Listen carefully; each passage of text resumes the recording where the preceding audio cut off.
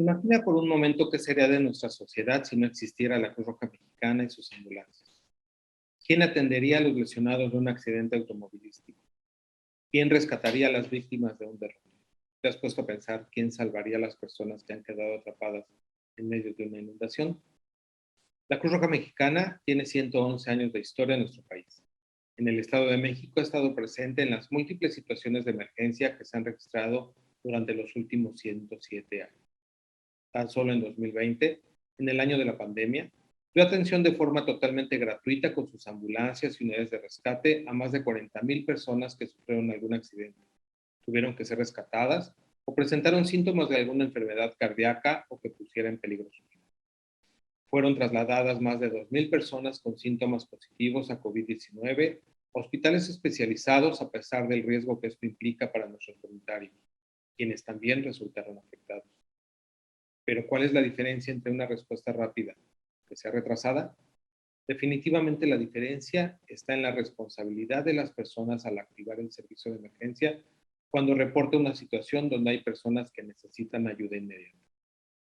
Los tiempos de respuesta aumentaron en promedio 1 minuto a causa de la necesidad de corroborar la veracidad de un llamado de emergencia por el gran número de llamadas falsas que a diario reciben los servicios de emergencia e incluso ha sido necesario enviar una patrulla que confirme la necesidad de una ambulancia. Este minuto es más valioso de lo que se piensa cuando del tiempo de atención depende que se salve una vida. Si a ello lo agregamos las dificultades que implican el traslado de las unidades entre las calles y las avenidas cada vez más congestionadas, cuando a pesar de la sirena y luces rojas los conductores no hacen por facilitar el paso, sino por el contrario, aprovechan la oportunidad para abrirse paso y llegar antes a su destino, mas no así a la emergencia.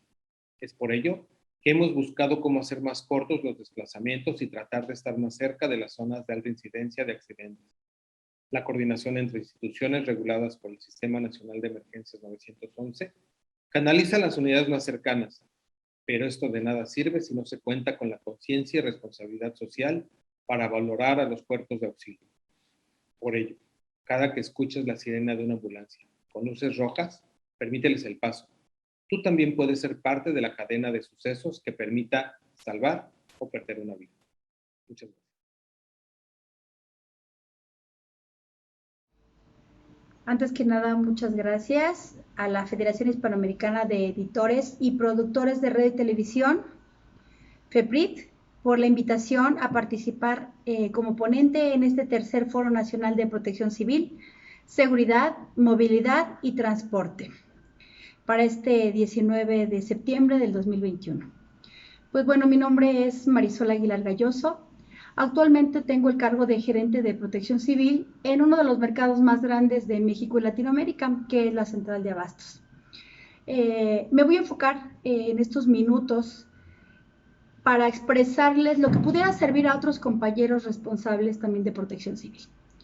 ¿Cómo iniciamos el trabajo de protección civil en un ambiente con todos los riesgos que nos marca el Sistema Nacional de Protección Civil? Haciendo un breve análisis de riesgos, el cual nos generará el plan de trabajo, presentando políticas públicas focalizadas a la reducción de riesgos de desastre, impulsando a que nuestros funcionarios tengan la correcta guía de cómo responder ante las emergencias.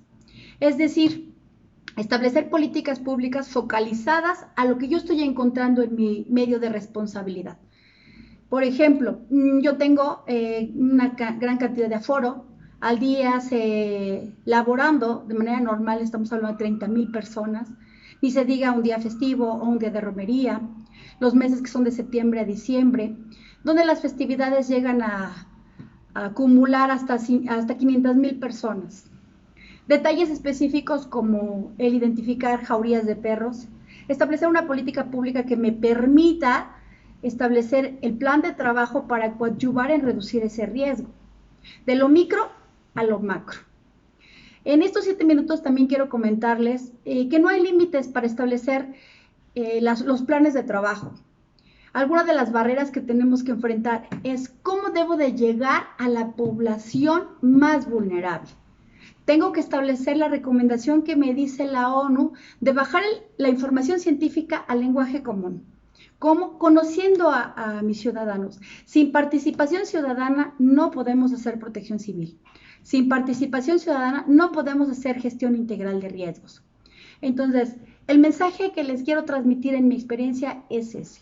Que no te limites a conocer tu municipio, que no te limites a conocer tu estado, que no nos vuelva a pasar lo que dijeron hace unos días cierto secretario del Instituto Mexicano del Seguro Social, que es responsabilidad de las instituciones o del Centro Nacional de Prevención de Desastres, cuando la responsabilidad es de el encargado o el responsable de protección civil.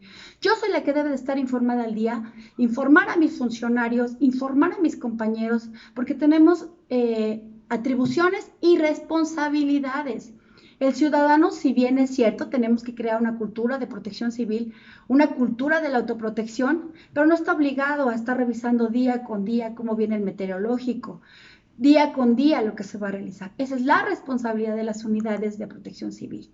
Hagamos nuestros atlas municipales de riesgo, coadyuvemos con la federación para agilizar los mecanismos, que el ciudadano tenga múltiples medios para reportar, que el ciudadano reporte vía WhatsApp, que reporte vía telefónica, que nos informe. Nutramos nuestra base de datos de emergencias y fortalezcamos nuestras instituciones. Creo que día con día tenemos que hacer este trabajo, creer más en el ciudadano, ser esa protección civil amigable, social que está del lado de ellos, para que no perdamos esa confianza en la población.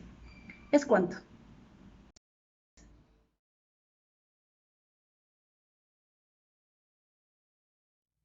Honorables miembros de la Comisión Estatal de Derechos Humanos del Estado de México, honorables miembros de la Federación de Editorialistas y Periodistas de Radio y Televisión, FEPRIT, amigas y amigos, hablar de salud mental y derechos humanos es hablar de uno de los derechos básicos más elementales que debiéramos atender todos y cada uno de los seres vivos de este planeta.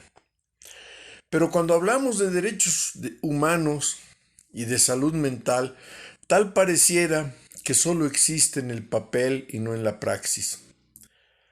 Cuando hablamos de toda esta función que tiene la protección civil, estamos hablando sin duda alguna de algo que muy pocas veces atendemos.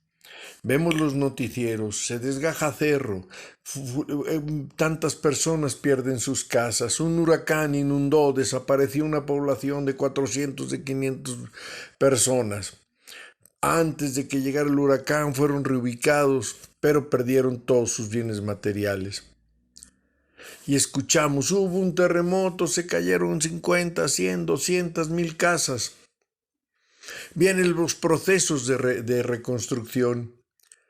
La política siempre va a anteponerse, va a ir un paso adelante, porque la política es para eso. Pero ¿qué sucede con ese elemental derecho a la salud mental? ¿Qué seguimiento le damos? ¿O es suficiente solamente con que los grupos de protección civil atiendan a las personas in situ y después no se le dé seguimiento? ¿Qué se hace para mejorar la salud mental en nuestro país? Absolutamente nada. El gobierno federal tiene escasas políticas públicas en salud mental y con este gobierno que presume de austeridad, no hay una sola campaña que hable de salud mental. Lo único que nos dicen es que si hay un temblor, no corras, no grites, no empujes. Si hay un huracán, corre a las zonas altas, refúgiate, pon atención a lo que te dicen las autoridades. ¿Y quién puede prevenir una serie de situaciones y de otros fenómenos que no es tan fácil prever? Un volcán, sabemos que si hace erupción la lava va a correr y entonces todo mundo se va de las zonas de peligro. Un huracán llega y podemos prever llevar a zonas elevadas o cambiar de sitio a las personas que pudieran ser afectadas. Un terremoto te coge a media calle, a medio edificio, en tu casa, y no tenemos políticas públicas en salud mental. Estamos preocupados por la pandemia, muy preocupados porque no haya contagios, muy preocupados estamos todos en el debate de qué hacer o qué no hacer, que si el semáforo este, que si el semáforo aquel. ¿Y dónde están las políticas públicas de salud mental? La protección civil es fundamental para que todos los ciudadanos y ciudadanas de este país y de todos lados donde existe la civilización, existe la seguridad, la protección civil, la prevención civil.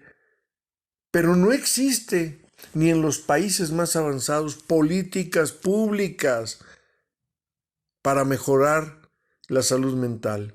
Insisto, ¿qué hacemos? ¿Les damos la primera atención y luego los dejamos? Eso es lo que pasa cuando llegan todas las personas involucradas en atender los siniestros que la naturaleza o la mala fortuna nos depara el destino. ¿Qué podemos hacer entonces?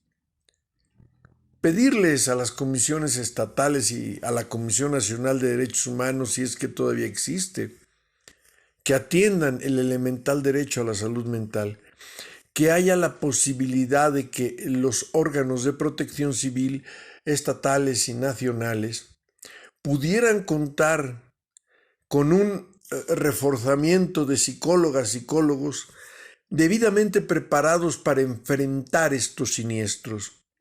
Debemos pensar en la población, no solamente en los afectados, también al ver las noticias nos afectamos los demás. Y no existen políticas públicas. He insistido mucho en ello a lo largo de estos minutos y seguiré insistiendo en todos los foros en donde me sea posible, porque la política ha olvidado lo más elemental, que es el derecho a la salud mental. Yo considero que en México la protección civil está a la altura de los mejores países del mundo, sin lugar a dudas, no hay queja. Pero ¿cómo podemos complementar para que sea casi perfecta? Recordar que en lo humano no hay perfección, pero casi podemos llegar a ello. Pues sumando políticas públicas de psicología que les permitan a las personas saber qué hacer después de un siniestro con su salud mental y a la población en general. Yo los invito a que hagamos esa reflexión y quiero agradecerle a la FEPRIT que me hayan permitido participar en este importantísimo foro que sin lugar a dudas favorece no solamente a unos cuantos, favorece al país entero. Loas a eventos como este, mi reconocimiento y mi humilde gratitud por permitirme externar. Recordar siempre, tenemos derecho a la protección civil y junto con la protección civil tenemos derecho a la salud mental. Hagamos políticas públicas que mejoren nuestra salud mental y que le permitan a la protección civil dar un mejor servicio. Gracias.